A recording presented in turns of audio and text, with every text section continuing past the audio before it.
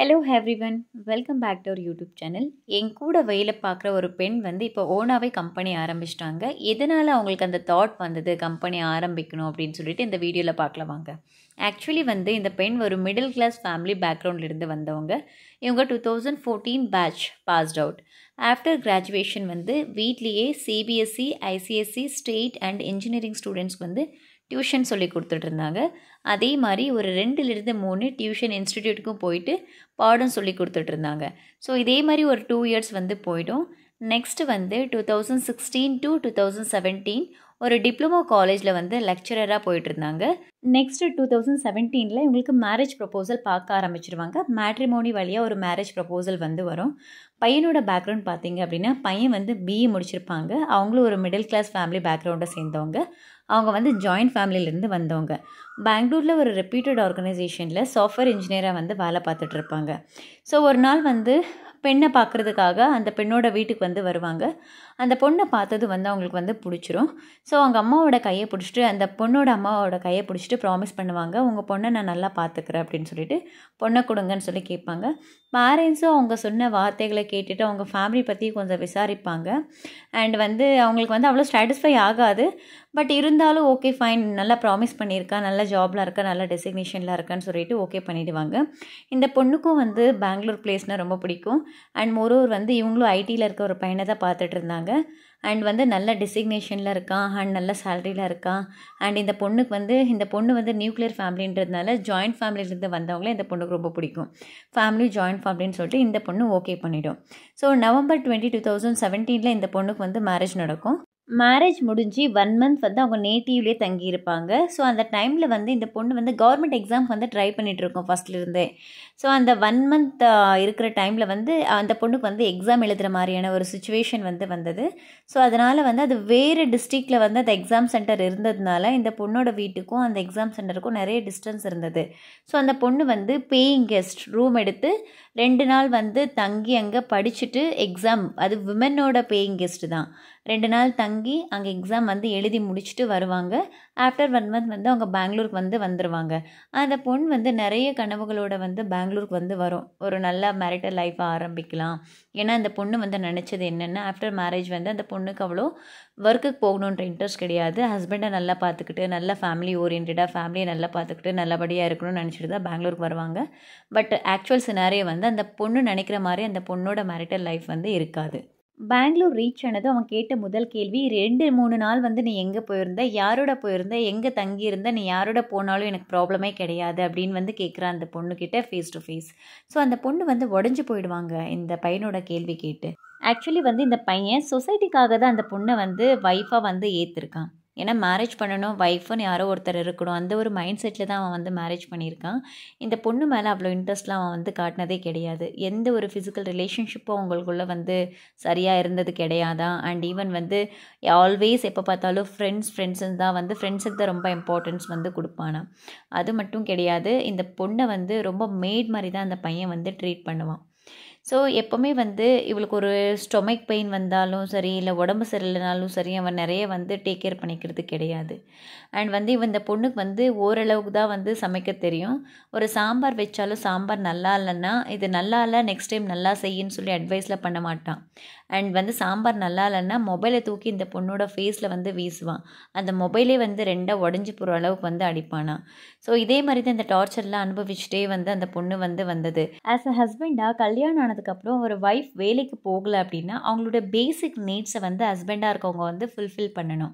அவங்களுக்கு துணிமணி எடுத்து கொடுக்கணும், மொபைல் ரீசார்ஜ் வந்து பண்ணணும். அண்ட் வந்து அவங்களுக்கு ஏதாவது வந்து வாங்கணும், நான் சாப்பிடணும் அப்படின்னு வந்து தோணுச்சுன்னா அதை வந்து அவங்களுக்கு வந்து வாங்கி கொடுக்கணும். நீ லக்ஸூரியாக வாங்கி கொடுக்காத, அட்லீஸ்ட் உங்ககிட்ட என்ன அமௌண்ட் இருக்கோ அதில் ஒரு போர்ஷன் ஆஃப் த அமௌண்ட் வந்து ஒய்ஃப்காக ஸ்பெண்ட் பண்ணுறதுல தப்பு கிடையாது. இந்த பையன் வந்து எதுவுமே செய்யலை. அந்த பொண்ணுக்கு வந்து ஒரு நல்ல ட்ரெஸ் எடுத்து கொடுக்க மாட்டா, ரீசார்ஜ் வந்து பண்ண மாட்டா, சாப்பாடு கொடுத்தாலும் அது ஒரு 10 வாட்டி சொல்லி காட்டுவானா, ஃப்ரெண்ட்ஸ் வந்தாங்கன்னா ஃப்ரெண்ட்ஸ் முன்னாடி எல்லாம் அவமானமாக பேசுவானா. ஒரு நல்ல ஹஸ்பண்ட் எப்போவுமே வந்து வீட்டுக்குள்ளே எவ்வளோ ப்ராப்ளம் இருந்தாலும் பரவாயில்ல, ஒய்ஃபை மற்றவங்க முன்னாடி குறை சொல்லி பேச மாட்டாங்க, அவங்க தான் நல்ல ஹஸ்பண்ட். பட் இந்த பையன் வந்து தனக்கு தேவையான எல்லாமே வந்து வாங்கி போட்டுப்பான். வைஃப் மட்டும் கண்டுக்கவே மாட்டான். இவ வந்து எவ்வளோ வேணால் செலவு பண்ணி இவனை ட்ரெஸ்ஸிங் சென்ஸ் நல்லா பார்த்துப்பா. பட் வைஃப் வந்து தன்னோட வைஃப் நல்லா இருக்காளா, நல்லா ட்ரெஸ் பண்ணியிருக்காளா, மற்றவங்க பார்த்தா வந்து அப்ரிஷியேட் பண்ணுற அளவுக்கு வந்து என் வைஃப் இருக்காளான்றதெல்லாம் அவன் கண்டுக்கிறதே கிடையாது. ஒரு நாள் வந்து அவங்க ஹஸ்பண்ட் ஃபேமிலியில் ஒரு ஃபங்க்ஷன் நடக்குது. இந்த பொண்ணு வந்து போயிருக்காங்க. இந்த ஹஸ்பண்ட் அண்ட் ஒய்ஃப் 2 பேரும் போயிருக்காங்க. அவன் நல்லா ட்ரெஸ் பண்ணியிருக்கான். பட் இந்த பொண்ணோட ட்ரெஸ்ஸை பார்த்து அவங்க ஃபேமிலி மெம்பர்ஸில் பார்த்து சிரிச்சாங்களா, இதுதான் ஃபங்க்ஷன் ட்ரெஸ்ஸா அப்படின்னு சொல்லிட்டு. இந்த பொண்ணுக்கு ரொம்ப அவமானமாக இருந்ததா. ஆக்சுவலி வந்து இந்த பொண்ணோட அவனுக்கும் தான் சேர்த்து அவமானமாக இருக்கும். எப்போவுமே வந்து தன்னோட பார்ட்னரை யாராவது கீழாக வந்து பேசினாங்க அப்படின்னா வந்து அவங்களுக்கு ஹர்ட் ஆகணும். அவன் தான் நல்ல பார்ட்னர். உன் பார்ட்னர் என்ன பேசினாலும், அது பெண்ணாக இருக்கட்டும் ஆணாக இருக்கட்டும், ஹஸ்பண்டை வந்து குறை செஞ்சு பேசாங்க அப்படின்னா அது ஒய்ஃப் வந்து ஹர்ட் ஆகணும். ஒய்ஃபை குறை சொல்லி மற்றவங்க பேசினாங்க அப்படின்னா அது ஹஸ்பண்டுக்கு வந்து ஹர்ட் ஆகணும். அப்போ தான் அது ஒரு நல்ல கப்பலாக இருக்க முடியும். ஸோ அந்த பொண்ணு வந்து ரியலைஸ் பண்ணும், நான் ஆன் பண்ண மட்டும்தான் என்னை பார்த்துக்க முடியும்னு சொல்லிட்டு வேலை தேட ஆரம்பிக்கும் பெங்களூரில். ஸோ வேலை தேட ஆரம்பிக்கும் போது 2019 மார்ச் 4 அன்றைக்கி வந்து அந்த பொண்ணுக்கு வந்து ஒரு கம்பெனியில் வேலை கிடைக்கும். ஸோ வந்து ஒரு 3 to 4 days ஆனதுக்கப்புறம் அந்த பொண்ணுக்கு வந்து பர்த்டே வரும்.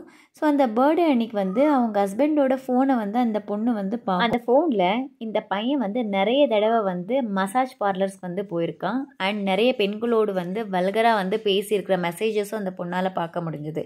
எதனால் இப்படி பண்ணுற அப்படின்னு சொல்லிட்டு ஹஸ்பண்ட் கிட்ட கேட்கும்போது அந்த பையன் இந்த ஒய்ஃப் மேலே தலை மேலே கையை வச்சு ப்ராமிஸ் பண்ணுவான், நான் இனிமேல் இந்த மாதிரி விஷயங்கள் எல்லாம் செய்ய மாட்டேன் அப்படின்னு சொல்லிட்டு. ப்ராமிஸ் பண்ணது மார்ச் 8 அன்றைக்கி ப்ராமிஸ் பண்ணுவான். பட் மார்ச் 9 அன்றைக்கே வந்து மசாஜ் பார்லருக்கு வந்து போவான். ஸோ வந்து இந்த பொண்ணு வந்து ரொம்பவே கஷ்டப்படும். பிகாஸ் வந்து அந்த டைமில் வந்து பெங்களூரில் மெட்ரோ கன்ஸ்ட்ரக்ஷன்ஸ் வந்து நடந்துகிட்டு இருந்தது. ஆஃபீஸ் கிளம்பணுன்னா 9 o'clock ஆஃபீஸ்க்கு வந்து அந்த பொண்ணு வந்து 7:30 வந்து வீட்டிலேருந்து கிளம்பணும். அப்போ தான் 9 o'clock வந்து ஆஃபீஸ் ரீச் பண்ண முடியும். 7:30 கிளம்புறப்பவே வீட்டில் வந்து காலையில் பிரேக்ஃபாஸ்ட் பண்ணணும், லஞ்ச் பண்ணணும், எல்லாமே பண்ணி வச்சு வீடெல்லாம் க்ளீன் பண்ணிவிட்டு ஆஃபீஸ்க்கு வந்து அந்த பொண்ணு போகணும். ஆஃபீஸ்க்கு வந்து போய் அங்கே 9 o'clock தான் விடுவாங்க. ஆக்சுவலி வந்து 7 o'clock வரைக்கும் மட்டும்தான் ஆஃபீஸு. பட் அவங்க எக்ஸ்டெண்ட் பண்ண வச்சு 9 o'clock வரைக்கும் வேலை பார்க்க வைப்பாங்க. அங்கே 9 o'clock வந்து வேலை முடித்து அந்த பொண்ணு ஆஃபீஸ்லேருந்து கிளம்புதுன்னா வீட்டை ரீச் பண்ணுறதுக்குள்ளே 10:30 ஆகிடும். அகைன் இந்த பொண்ணு வீட்டுக்கு வந்து 10:30 வந்து டின்னர் சமைச்சு ஃப்ரெஷ்அப் ஆகிட்டு அந்த டே வந்து கம்ப்ளீட் பண்ணுறதுக்குள்ளே 11:30 ஆகிட்டு இருக்குமா அந்த பொண்ணுக்கு. அண்ட் ஃபேமிலி லைஃப்பும் ரொம்ப கஷ்டமாக இருந்தது. இந்த ஒர்க் லைஃப்பும் ரொம்ப ஹெவி ப்ரெஷராக இருந்ததுனால வந்து ஒர்க்கை வந்து அவங்க ஸ்டாப் பண்ணிவிடுவாங்க. October 15, 2019 வந்து ஸ்டாப் பண்ணிவிடுவாங்க. அவங்க வேலை விட்ட உடனே அவங்க ஹஸ்பண்ட் வந்து காசு கிடையாதுன்னு சொல்லி எப்போவுமே வந்து புலம்பிகிட்டே இருப்பாங்களா வீட்டில். ஆக்சுவலி அவங்க க்ளோஸ் டு 1.5 lakhs கிட்ட வந்து சம்பாதிப்பாங்க. எந்த ஒரு இஎம்ஐயும் கிடையாது. எதுவுமே வந்து ப்ராப்பர்ட்டியை பர்ச்சேஸ் பண்ணுறது அண்ட் ஏதாவது வந்து கொஞ்சம் இன்வெஸ்ட்மெண்ட் பண்ணுறது அந்த மாதிரி ஹேபிட்ஸ்லாம் அவங்களுக்கு எதுவுமே கிடையாதான். வெறும் கார் மட்டும் வாங்குவாங்க. அந்த கார் இஎம்ஐ வந்து மாதத்துக்கு ஒரு 10,000 15,000 எதுவோ வந்து கட்டுவாங்களாம். ஸோ இவ்வளோ தான் அவங்களோட எக்ஸ்பென்சஸ்ஸு. ஸோ ஒரு நாள் வந்து இந்த பொண்ணோட மொபைல் வந்து கெட்டு போயிடும். ஸோ இந்த பொண்ணுக்கிட்ட வந்து மொபைல் இருக்காது. அவங்க ஹஸ்பண்ட் வந்து ஒரு புது மொபைல் வாங்கியிருக்காங்க. ஸோ பழைய மொபைலில் வந்து இந்த பொண்ணுக்கிட்ட வந்து கொடுப்பாங்க. அதுவுமே வந்து 5,000 வாங்கிட்டு தான் கொடுப்பாங்க, ஃப்ரீயாலாம் கொடுக்கல. ஸோ 5,000 வாங்கிட்டு வந்து அந்த மொபைலை வந்து கொடுப்பாங்க. ஸோ அந்த மொபைலை கொடுக்கும்போது ஃபோட்டோஸ் மட்டும்தான் ஃபார்மேட் பண்ணியிருப்பாங்க. ரிமைனிங் எதுவுமே வந்து அவங்க ஃபார்மேட் பண்ணது கிடையாது. ஸோ அவங்களுடைய இமெயில் ஐடியை வச்சு இந்த பொண்ணு வந்து எல்லா ஹிஸ்ட்ரியும் வந்து எடுத்துரும். அவங்களோட ஹிஸ்ட்ரியெல்லாம் எடுத்துரும். அந்த ஹிஸ்ட்ரியை வந்து பார்க்கும்போது மேரேஜ் பிஃபோர்லேருந்தே அந்த பையன் வந்து இந்த மசாஜ் சென்டர்ஸில் அடிக்கடி போயிட்டு வரதை வந்து பார்க்க முடியுது. ஸோ வந்து கேட்டப்போ வந்து இனி நான் இந்த மாதிரிலாம் பண்ண மாட்டேன், இனி நான் போக மாட்டேன் அப்படின்னு வந்து சொல்லுவான். ஒரு நாள் வந்து இந்த பொண்ணு வந்து அம்மா வீட்டுக்கு வந்து போயிருக்கோம்.